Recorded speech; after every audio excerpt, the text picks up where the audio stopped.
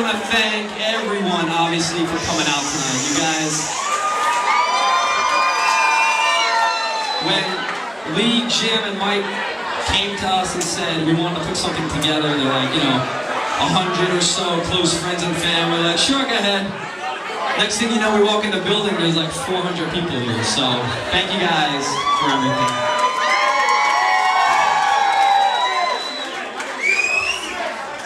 And we want to thank the families of Lee, Jim, and Mike as well, because these guys worked on this event for 5 months on their personal time, took time away from their own family, spending time with their own kids to make sure that our kid had an event like this. So thank you to you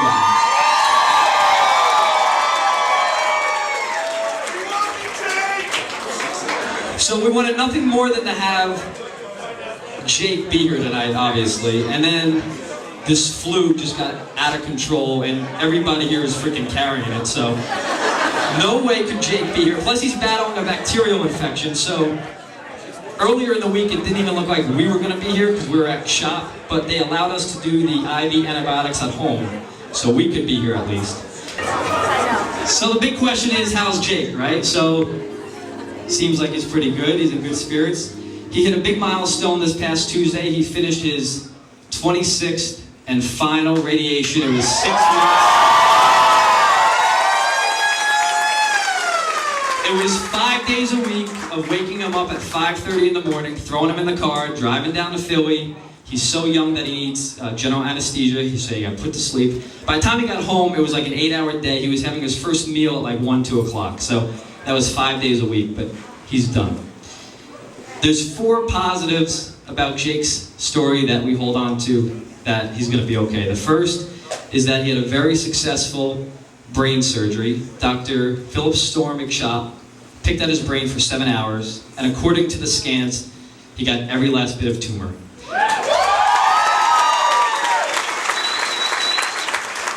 In fact, that's where he got the name Jake the Tank from. So we're in the room, and the surgeon wheeled him back and goes, I suggest you get him pancakes and juice. And we're like, how is he? What are you talking? He goes, no, honestly, kids don't often talk for days after brain surgery. And he opened his eyes and he said he wants pancakes and juice.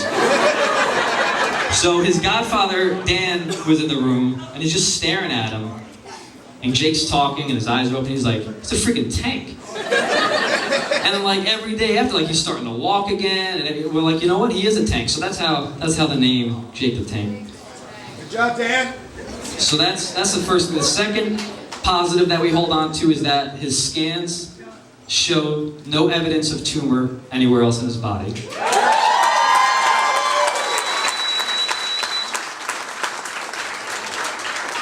The third thing is how well he's responded to his first 9 rounds of chemo. There's 14 planned, he's done 9. Very rarely can you go through 9 rounds and not have to make dose adjustments. So he's receiving the full maximum dose of medications all the way through his first 9. He's on a 2-week chemotherapy cycle, which physicians warned us ahead of time that most of the time the 2 weeks is going to become 3 or 4. He's not been delayed once. Every 2 weeks, he's been into treatment.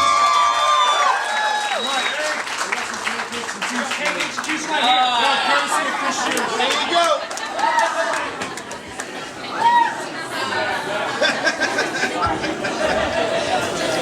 And the fourth positive that we hold on to is that Ewing sarcoma responds very well to radiation, and what we talked about already, he's completed that. So those are the 4 positives that we think hopefully he's going to be okay.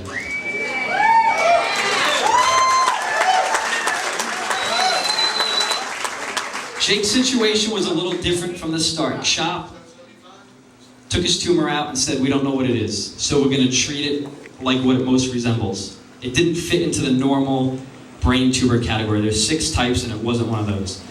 So he sent for a second opinion at Sloan Kettering, and he called us, and it was Dr. Rosenblum, and he said, we're going to run a test. There's about a 1 in a billion that it's going to come back showing anything. Called us back the next day and said, it's Ewing sarcoma. So now we know what to treat. We went back to CHOP with the information, and they said, they agreed, and they said because of the findings and the learnings on Jake's case, they've now changed their protocol. When they have a tumor that doesn't fit into the category of the 6 common types, they now will test for Ewing sarcoma. Before Jake, there was 4 other patients in history to have Ewing sarcoma in the brain, only 4, so he's number 5. Since CHOP changed their protocol, in the last 6 months, they've now diagnosed 2 more.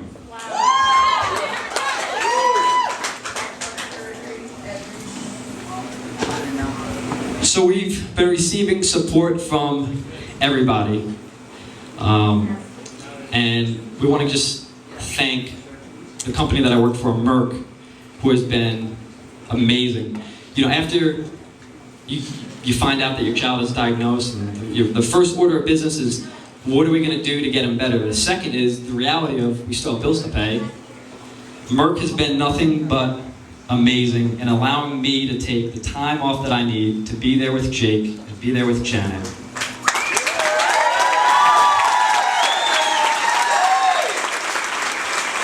They made me comfortable from day one, knowing that I could take any days I need.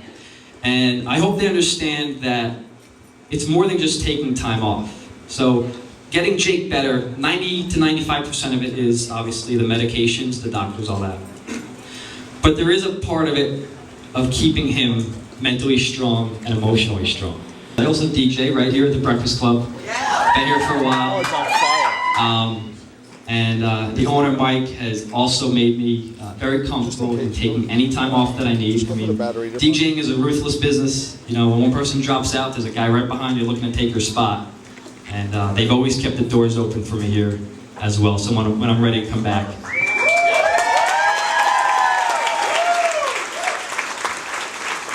The support from our family has been amazing since day one. Literally, August 3rd, we're at Jersey Shore. My dad was in the room with us, thought we were going home soon, until the doors swung open and we were told that Jake had a brain tumor. My dad was with us. We called Steph, Janet's sister, immediately. And she immediately came. Now let me tell you something. It takes a lot to get Steph to leave the beach. But she left the beach.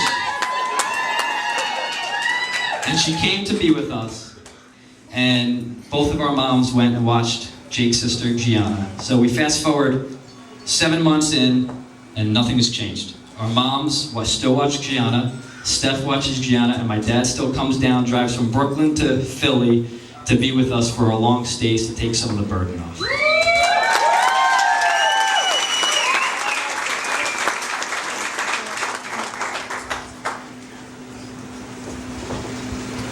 The support from our friends and the community has been amazing. Even just the phone calls, text messages, Facebook messages. So much has been done, too much that we can talk about here, but just some things. The Shrewsbury Police Department sponsored Jake in their holiday get-together and donated all the proceeds from the party right to Jake. Jake and Gianna had a personal Mr. and Mrs. Santa Claus come to the house and bring toys. We have friends of ours who have kids and cousins of ours who they set up little lemonade stands and they sent all the proceeds to Jake. Family has raised money in very creative ways. They've set up football pools, they've collected office money. Nev's Jewelers set up their 3 locations so that people could come in and donate and walk out with one of Jake's bracelets. They have 3 major holiday shows each year, and they donated back some of the proceeds to Jake as well. Mata, aka Betty Crocker, right? She cooked freaking like 100 dozen cupcakes and sold them for like $20 a dozen, and it sent all the proceeds to Jake, which was amazing.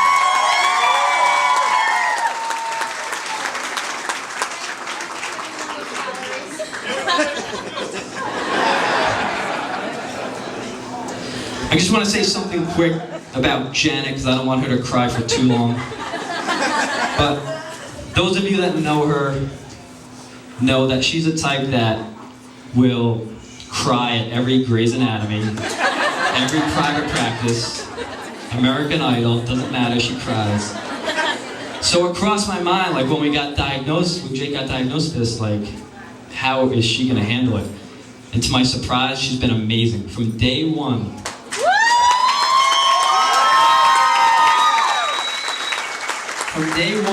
she's never given the illusion to Jake that anything was wrong. She's always stayed strong for him.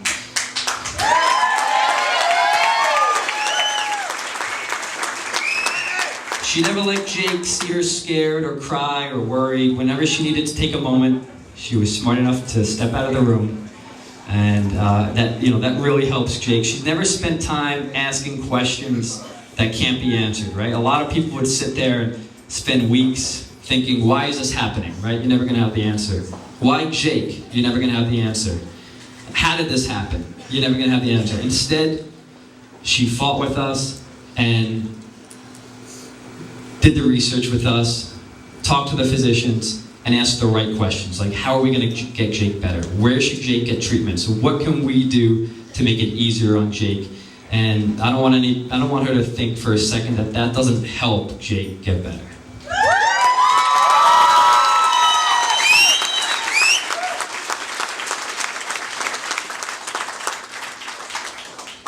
So real quick, just pediatric cancer in general. A lot of people have asked this questions because unfortunately you're forced to learn a lot. So just real quick. When we got diagnosed, we thought we were entering a very uncommon world. Unfortunately, it's a very common world.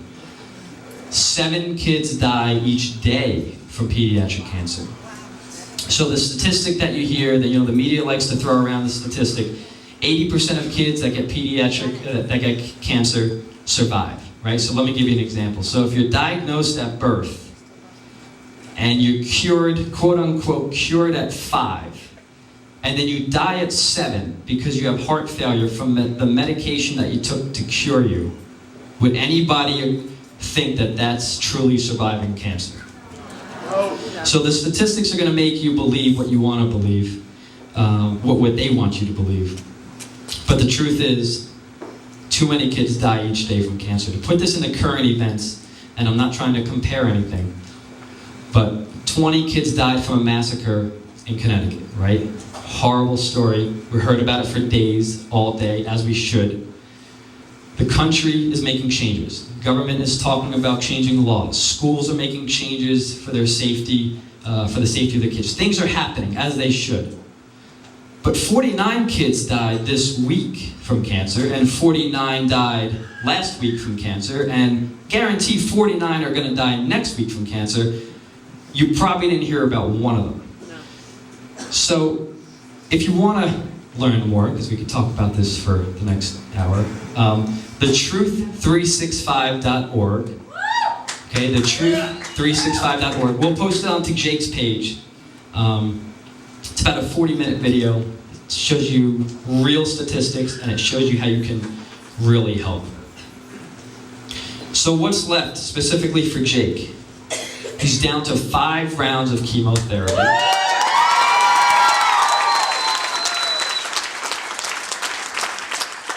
It's been a long road to get to those 5, but hopefully there's no more speed bumps along the way, and we'll just have to get through those 5 rounds of chemo. The prognosis at this point seems to be good for 3 reasons. Like we talked about, the surgery went well, the first 9 rounds of chemo went well, and the radiation went well.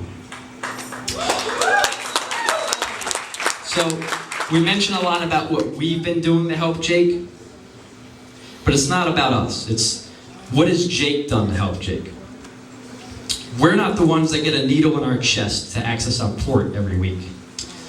We're not the ones taking toxic medication that makes us feel like we have the flu all day for 7 months. We're not the ones getting dragged to the ER at 1 o'clock in the morning because we're starting to spike a fever. We're not the ones that are getting a shot in our leg after every round of chemotherapy.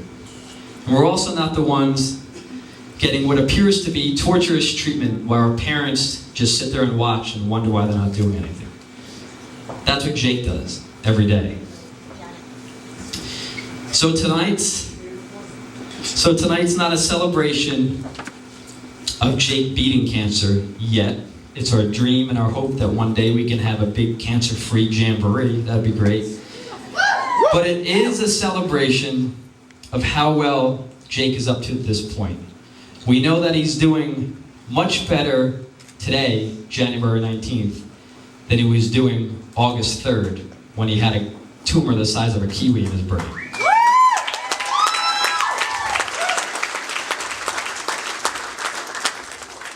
So although his fight is not over yet, it's good and it's okay to celebrate what he's done so far. So we thank everybody for all of your support, for coming here tonight. There's a lot of people that couldn't come tonight. We thank you guys. The Breakfast Club is open until 3. Open bar, I think, is like another hour. Have fun. It's going to be a good night. And thank you for always keeping Jake in your thoughts.